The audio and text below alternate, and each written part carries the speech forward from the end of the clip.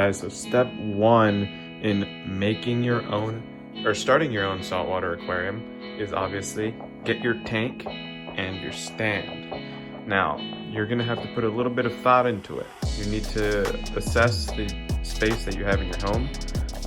This is a 25-gallon lagoon, and it is right around the biggest thing I can have in this specific room. If you look around, there is really not much space anywhere except here. And this is probably one of the bigger tanks I can put here. I can probably put a 40-gallon as long as it's tall, like a cube kind of thing. But I chose with the lagoon because I love lagoons, and this is an upgrade for a 25-gallon. Or this is an upgrade from a 10-gallon Nuvo, so I upgraded to a 25-gallon Nuvo. All right, so your second step is getting together all of your equipment. Once you get your tank, you get your stand, it's situated in a place in your house where you like it, away from direct sunlight. Next, auto top off. For an all-in-one system and any system in general, especially a smaller system, highly recommend auto top offs. This is new. I'm going to try out. This is the first time I've used the Duetto ATO. So I'm going to test this out, put an unboxing and review of it after I've used it for a couple months. A lot of good reviews on this thing. Gonna try it out for myself. I've tried out other things. I'm a big fan of the Toonsy line of ATOs. I use the Toonsy Nano one. The Osmolator Nano, I use that on the 50-gallon. So I'm gonna try this different one on this one. They're about the same price, sort of. My lights, 2 AI primes. The reason is the same fellow that I got this stand from had the light. Got the light as well. Got the light for a pretty cheap price, under $100. This is a non-HD version, so under $100 is pretty good, seeing as the HD is $200. All right, this is an HD that I had on my 10-gallon tank. It's not the newest one, 16 HD. This has 12 LEDs, I believe. But it works. It was growing coral very, very well. Just have to clean it up. And both of these are going on this tank. Provide a little extra light. I got this 15-watt heater from my other tank. This should be just fine to do this tank as well. Not 15-watt, 50-watt heater, sorry. It is a neotherm heater. This is my favorite thing to use because I've never had one fail on me. They're very accurate, keep things very well. In Florida, I don't really need too much heat. It's already hot as hell here. So, fun. Media basket came with the tank. Probably gonna use it. Yeah, so filter sock, probably not gonna use it. Probably gonna go for something. I'm probably gonna put a reactor in here, and this side's just gonna be a little bit dirtier, and I'll just have to siphon it out. I'll probably use it as a refugium, we'll see. Pump in the back, came with the tank. It's a Mighty Jet pump. Highly recommend this for the Nuvo series all-in-ones because you can control it. It's a lot quieter. The DC pumps can be a lot quieter than the AC pumps they come with, but the AC pumps are not loud, so up to you. I have these gloves here. I always use these arm-length gloves when I work on my aquariums, just because I don't want any contaminants to get in there by accident. These gloves are solely and strictly for aquarium use. So those go there. Screen mesh top. Highly recommend if you guys are going to keep wrasses or fish that jump. Most fish will jump at some point. Highly recommend it. I've never had an issue with my tanks, my Nuvos, with fish jumping out, really. But you never know. And these new ones that come with the Fusion Pros are actually pretty nice. Apart from that, and then we have the lights, we have pretty much almost everything we need equipment-wise.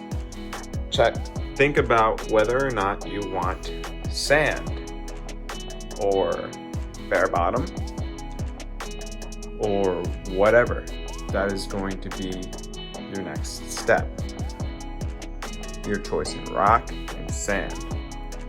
So, I chose Carib Sea black reef sand. I don't foresee this tank having a lot of flow. And these granules, even if there is a significant amount of flow, these granules are pretty big, as you can see. They should not be disturbed too much. See, it's a pretty big granule. They're all pretty much that size. These should not be too prone to swaying in the flow. Therefore, I chose this sand, and it's black, so I've never tried black sand. Want to give a certain look to the tank. Think like black and fluorescent from the coral would look pretty good. Just different. Never tried it. Gonna try it on this one. Most of my tanks are, when you see my 50-gallon tank, it's the only other tank I have now. Took everything else down. Is bare bottom. I've always had bare bottom all-in-ones because they're easy to maintain. And being a college student in an engineering program, I need easy to maintain because I'm not going to spend all day doing everything.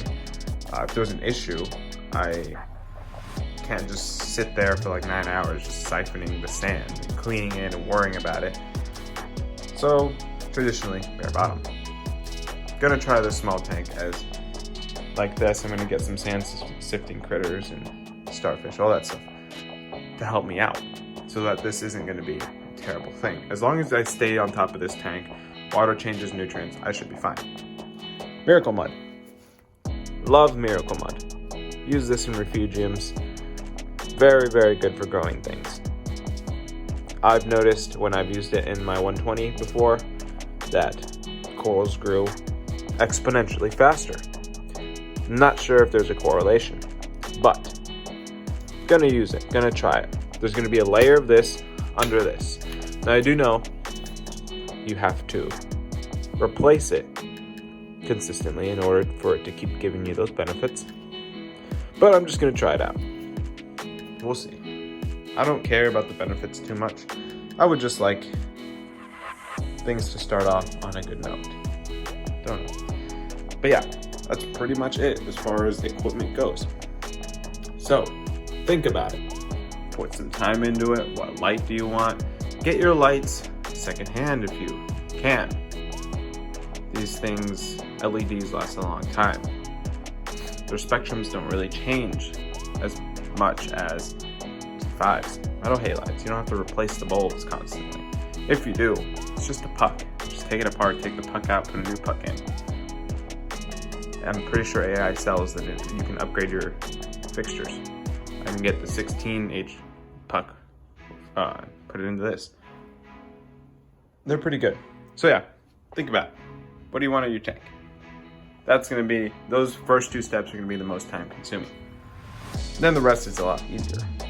Okay, so step 3 or 4, not exactly sure anymore because I'm taking this video at different points in the day. I think the other parts I took them in the morning, so this one's at night. Is think about your rocks. Buy your rocks. Rocks are expensive. Don't know why, they just are.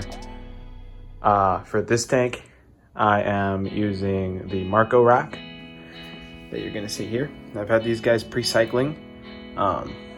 This is going to get the bacteria on the rocks started, the phosphates kind of leached away, any phosphates that this could have had, even though I'm pretty sure these rocks are free of all of that. I had this stuff cycling in here for like a month. So every week I just throw in a couple inches of fish food, stuff like that, and just check the nitrates and nitrites in this water. And then I changed out the whole water in this. And yeah, so I mean, this is going to speed up your cycle if you want to set up your tank so that it is ready for fish quicker. Not right away, quicker. Do this. This is very good. I do this with my frag plugs as well, as you can see, and the frag domes that I'm trying out, frag discs as well. I do it with this because I find it easier to glue things on a wet frag plug, as well as why not add a little beneficial bacteria into your system when you make frags. I just think it couldn't hurt. Definitely helps with everything. So think about your rocks. Marco rocks. This is the Reef Saver kind. This is the only kind that I really use. I'll get the BRS sells like the Reef Saver with the flat edges for the bottom of the tank, so it can like stay in the sand. I didn't do that with this set of rocks. I did that with the 50-gallon on the bare bottom. It looks way nicer. But since the bottom of these are going to be covered in sand pretty much, the first like half inch of these rocks is going to be sand. I didn't really think it made much of a difference whether it was flat or not. The way I get these rocks so that they don't like cave in at all if any of your gobies or anything dig under them, or any of your shrimps, is I just put these rocks in the tank first and then I add the sand around them so that they don't fall on your gobies and like all that stuff. So you don't need flat rocks to do that necessarily, but flat rocks in a bare bottom is the best choice, just saying. So yeah, so that's it for this step. In that little section is think about your aquascape. Think about the corals you're going to put in this tank, not in my tank obviously, your own tank. Think about the depth, how it's going to look from every angle that you have it at. Obviously mine only has 2 real viewing angles. Lights are going to play a big factor in what you can keep. I have 2 AI primes on this one, HD and non-HD. This should be fine for keeping almost anything. Probably not Acropora, obviously, but probably some of the lighter SPS, Bird's Nest, Montipora, Cephastras. I kept with just 1 HD in my 10-gallon, so it should be fine. I have those guys angled inward so that the light beams cross. And I'll probably be adding diffusers to those and then just like switching around their angles to see what works best for me, where I can visually see the hot spots because I don't have a par meter or anything like that. But those things being a point source system, you can kind of tell where the hot spots are going to be right under where the LEDs are pointing. So yeah, so think about it, and that's going to judge how your rocks are going to look. I'll put in how mine look in a second, and that's going to be like the final step, so we'll just get back to that. All right guys, so this is part of the last step in setting up your reef aquarium. Is once you have everything hooked up, everything nice and neat, you get your aquascape together. This is what mine is going to look like thus far. I'm going to have this hill area going up. As you can see, it goes up. I'm going to have those be corals that prefer kind of like a higher light. Not sure if it's going to be higher flow yet, but it is going to be higher light. I'm going to I'm going to use this section for probably LPS as well, that prefer a little bit less light towards the back. Probably some zoas mixed in between to kind of cover up all the white space. These are going to be little islands of zoanthids and acans and things like that. Basically, this is what it's going to look like, something like this. I made these rocks according to what I kind of like the tank to look like. I used the black sand because I kind of wanted to try something new. Yours is going to look a lot different based on what you like, how you stack your rocks. I do recommend you glue your rocks just like all these are glued. See, these are all different pieces. They've just been glued together. I don't know if you can see, so that's a seam right there, that's a seam right there. I just super glue them all in as many contact points that I can to make it super strong and rigid. I can pick this up with one hand and it will stay just fine. Same with everything else here, it's all glued together. If I pick it up, it'll be one rock. Recommend you do that with either like the Marco Rock cement, super glue, For me, super glue works pretty well. You just need to get a lot of super glue in between those contact points and let it dry. Or you can use like that putty, that 2-part epoxy kind of thing.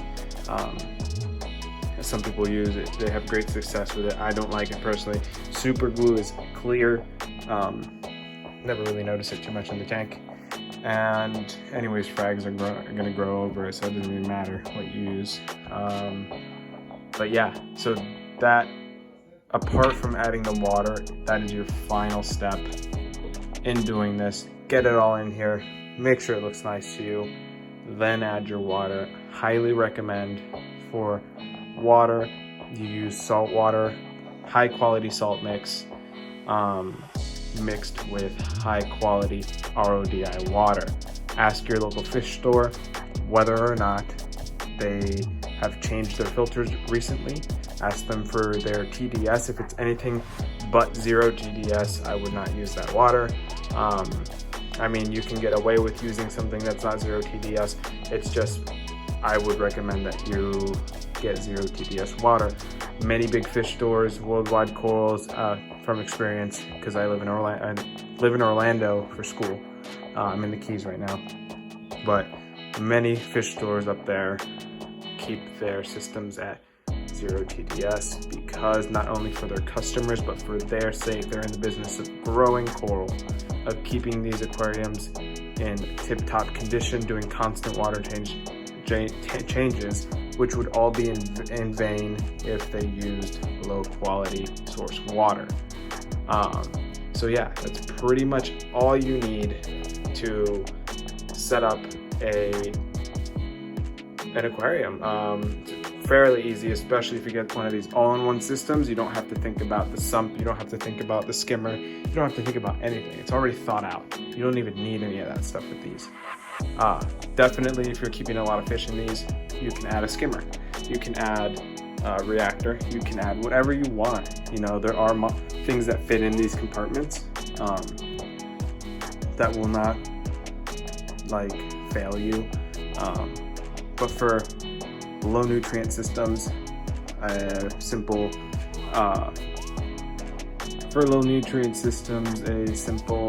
baggie of carbon in there, a little refugium is gonna work just fine. But yeah, I'm gonna be doing another video explaining or giving you guys some mods that you can make to these all-in-one systems to make them a little bit better. So stay tuned for that, and if you guys learned anything today, like the video, like, comment, subscribe if you want. Definitely see you guys in the next one. Thank you very much.